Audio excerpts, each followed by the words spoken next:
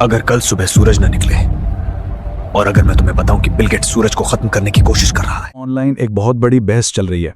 क्या Bill Gates वाकई दुनिया के मौसम को कंट्रोल कर रहे हैं? सोशल मीडिया पर सनसनीखेज कहानियां तो कुछ ऐसा ही बता रही हैं। तो चलें इस मामले की तह तक पहुंचते हैं। तो सवाल यही है, क्या वाकई कोई एक शख्स खुफिया तौर पर पूरी दुनिया के मौसम को अपनी मर्जी से चला सकता है? यही वो ख्याल है जो ऑनलाइन बहुत सी साजिशी थ्योरीज को हवा दे रहा है।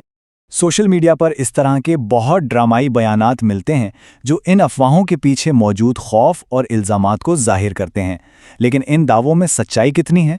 बुनियादी दावा ये किया जा रहा है कि बिल गेट्स के पैसे से जो तजुर्बात हो रहे हैं वही इन तूफानों, झालाबारी और शदीद गर्मी की वजह हैं। लेकिन इस कहानी में हकीकत और अफसाने के बीच की लकीर बहुत धुंधली है। और यहीं पर कहानी में एक बहुत दिलचस्प मोड़ आता है, क्योंकि इस सारी कहानी में सच्चाई का एक छोटा सा हिस्सा मौजूद है, लेकिन इसे बहुत बुरी तरह तोड़ मरोड़ कर पेश किया गया है। तो ये सच क्या है? यह है एक साइंसी आइडिया जिसे सोलर जियो इंजीनियरिंग कहते हैं। इसका मकसद मौसम कंट्रोल करना नहीं, बल्कि ग्लोबल वार्मिंग के असरात को कम करने के लिए ज़मीन को ठंडा करना है। अच्छा, तो ये आइडिया आया कहाँ से? मज़े की बात यह है कि यह कुदरत के अपने एक अमल से लिया गया है, यानी आतिश फिशां से।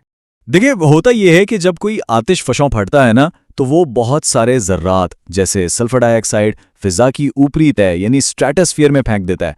फिर ये ज़र्रात पूरी दुनिया पर फैल जाते हैं और सूरज की रोशनी को वापस खिला में भेजना शुरू कर देते हैं, और नतीजा ज़मीन आहिस्ता आहिस्ता ठंडी होने लगती है। और ये कोई मामूली असर नहीं है। इसका अंदाज़ा इस बात से लगाया जा सकता है कि 1991 में फिलीपींस में माउंट पिनाटुबो फटा था। इसके बाद तकरीबन 2 साल तक पूरी दुनिया का औसत दर्जा हरारत आधा डिग्री सेल्सियस कम हो गया था। आधा डिग्री, ये एक बहुत बड़ा फर्क है। तो इसी आइडिया पर वो तजुर्बा बेस्ड था जिससे बिल गेट्स फंड कर रहे थे। लेकिन जो अफवाहें हैं और जो हकीकत है, उसमें ज़मीन आसमान का फ़र्क है। अफवाह तो यह है कि मौसम को कंट्रोल करने का कोई बहुत बड़ा खुफिया प्रोग्राम चल रहा है, लेकिन हकीकत ये थी कि हार्वर्ड यूनिवर्सिटी का एक छोटा सा बिल्कुल ओपन एक पब्लिक तजुर्बा था जिसका मकसद सिर्फ डेटा इकट्ठा करना था। इस तजुर्बे का नाम था स्कोपेक्स, और इसका मकसद मौसम बदलना बिल्कुल नहीं था।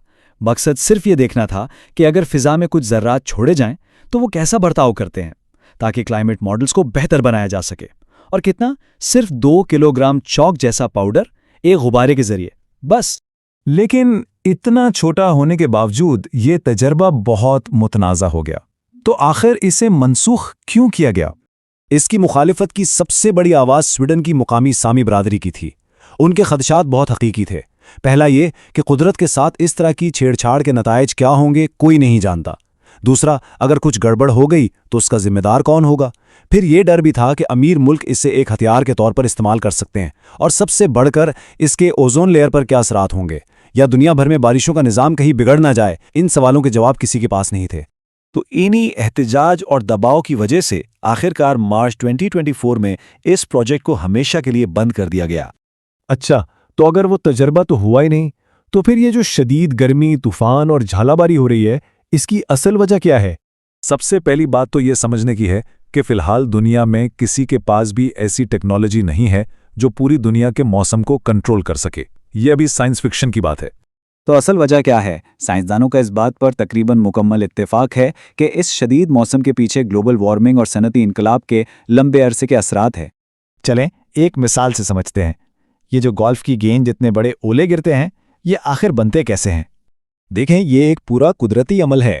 जब जमीन पर बहुत ज्यादा गर्मी होती है तो नम हवा तेजी से ऊपर उठती है और तूफानी बादल बनाती है। अब बादल के अंदर दर्जा हरारत 0 से भी कम होता है तो पानी के कतरे बर्फ में बदल जाते हैं। फिर बादल के अंदर की तेज हवाएं इन बर्फ के जर्रात को बार बार ऊपर नीचे उछालती हैं, और हर चक्कर में इन पर बर्फ की एक और तह जम जाती है। आखिर में जब ये ओले इतने भारी हो जाते हैं कि हवा उन्हें उठा नहीं पाती तो वो नीचे गिरना शुरू हो जाते हैं।